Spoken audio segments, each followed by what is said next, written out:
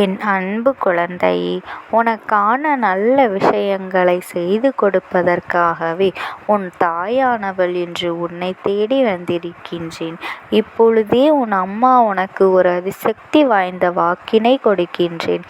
நீ எதெல்லாம் நடக்க வேண்டுமென ஆசையாய் எதிர்பார்த்து காத்திருந்தாயோ அது எல்லாவற்றையும் இனி உன் வாழ்வில் நடக்கும். என் அன்பு பிள்ளையான உனக்காகவே நடத்தி கொடுக்கப் போகின்றேன். நான் ஒருபொழுதும் பொய் சொல்ல மாட்டேன். நான் ஒருபொழுதும் தவறாக எதுவும் செய்யவும் மாட்டேன் என்பதை என் பிள்ளை நீ அறிவாய்தானே? என் தங்கமே, நீ எதுவும் ஒருபொழுதும் எதற்காகவும் கவலைப்படாதே. உனக்கு வாக்கு கொடுத்தபடியே உன் வாழ்க்கையை அழகானதாக மாற்ற வந்து விட்டேன். நீ தகுதிக்கு மீறி ஒரு நாளும் ஆசைப்பட்டது கிடையாது. அப்படி ஆசைப்பட்டாலும் அதில் தவறு இல்லை என்றுதான் நான் சொல்வேன். ஆனால் ஆசைப்பட்ட பிறகு அதை அடைவதற்கு உன் தகுதியையும் திறமையையும் நீ அதிகமாக வளர்த்து கொள்வதுதானே சிறப்பாக இருக்கும். படைப்பிலேயே பிரம்மாண்டமான படைப்பு உன் மனதுதான். அதை அழகுபடுத்தினால் நிச்சயமாக உன் வாழ்க்கையே அழகானதாக மாறிவிடும். கொஞ்சம் எல்லா இடத்திலும் பணிவோடும் துணிவோடும் நடந்து கொள். நீ பணிந்து போவதின் மூலமாக நிச்சயமாக உன்னை பலவீனமாக ஆளாக காட்டாதே. அது உன் தகுதியைத்தான் மேலும் உயர்த்தும். எல்லா இடங்களிலும் எப்பொழுதும் நீ துணிந்து பேசி பழகினால் அது உனக்கே உன்னுடைய திறமையை அதிகமாக ஆக்குவதற்காகவும் உனக்குள் தன்னம்பிக்கையை கொடுப்பதாகவும் மாறும். என் செல்லமே, உனக்குள் இருக்கக்கூடிய உண்மை என்பது ஒரு இனிமையான உறவு. அந்த உண்மையின் அருமை தெரியாதவர்கள்தான் பொய்யே பேசி இந்த உலகத்தில் பாழாய் போய்க் கொண்டிருக்கின்றார்கள். நீ எப்பொழுதும் யாருக்கும் வேண்டுமென்று துரோகம் செய்தது கிடையாது. பொய்யாய் பேசி பொய்யாய் நடித்து வாழ்ந்ததும் கிடையாது. அப்படிப்பட்ட என் செல்ல பிள்ளையான உனக்காகத்தான் உன்னையே ஆசீர்வதித்து நீ ஆசைப்பட்டதையெல்லாம் அற்புதமாக உன் வாழ்வில் நடத்தி கொடுக்கப் போகின்றேன்.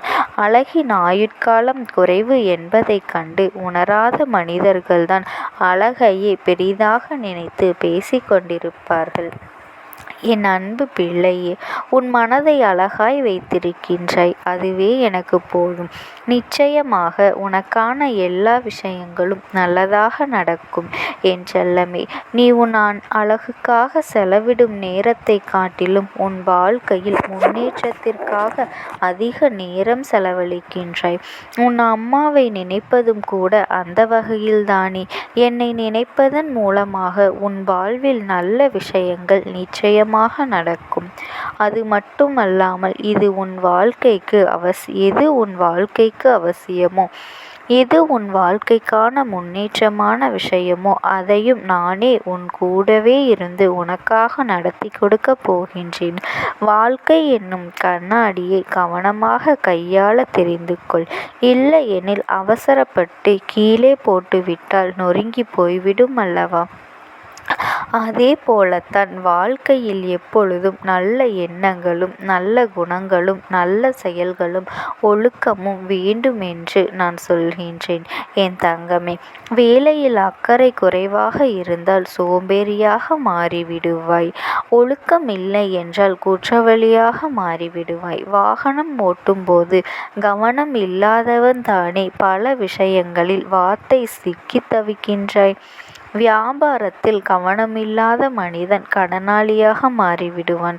உணவில் கவனம் செலுத்தாமல் அக்கறை இல்லாமல் இருப்பவனும் நோயாளியாக மாறிவிடுவான்.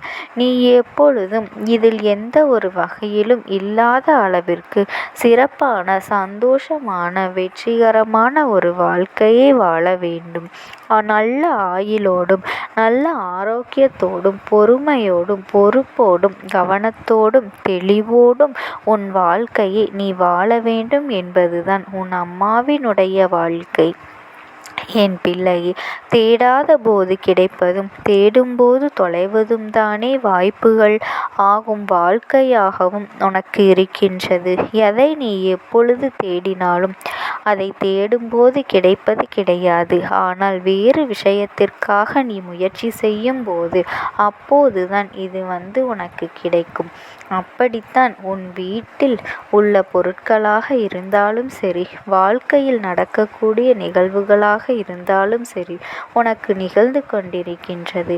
எல்லா விஷயங்களையும் அறிந்து நான் எப்பொழுது உனக்கு கொடுக்க வேண்டும், உன் வாழ்வில் நிச்சயம் நடத்தி கொடுப்பேன்.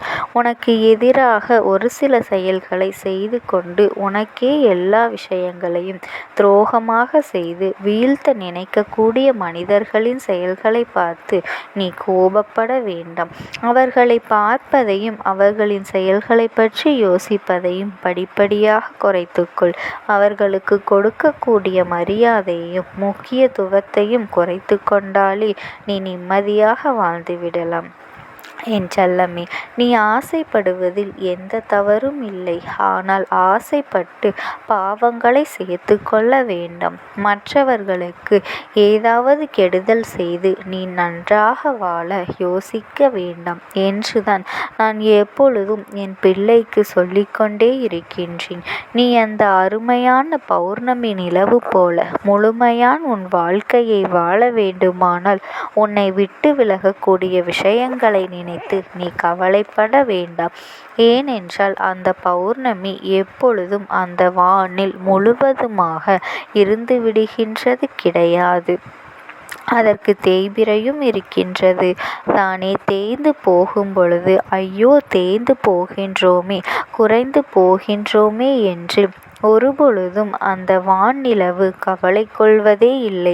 ஏனெனில் அதற்கு நன்றாக தெரியும் ஒரு நாள் வளர்பிறை வந்துதான் ஆகும் என. அதே போல்தான் நீயும் உன் மனதை சரி கட்டி கொண்டு மனதிற்கு தைரியம் சொல்லிக்கொண்டு இப்பொழுது உன் துன்பங்களும் கஷ்டங்களும் இருக்கக்கூடிய என் வாழ்வில் இன்பங்களும் மகிழ்ச்சியும் கூடிய விரைவில் வந்து சேரும் என நம்பிக்கையோடு உன் வாழ்க்கையை நீ வாழப்பார்.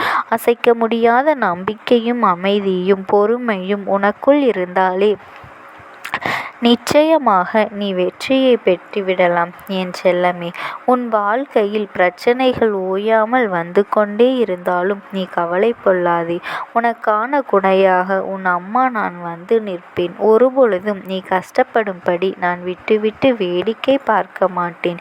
என் செல்லமே, எது நடந்தாலும் எனது அருளால் தான் நடக்கின்றது. கஷ்டமோ நஷ்டமோ அதிலிருந்து நான் உனக்கு நிவாரணம் அளிப்பேன் என்ற நம்பிக்கையோடு உன் வேலைகளை நீ செய்யப்பார்.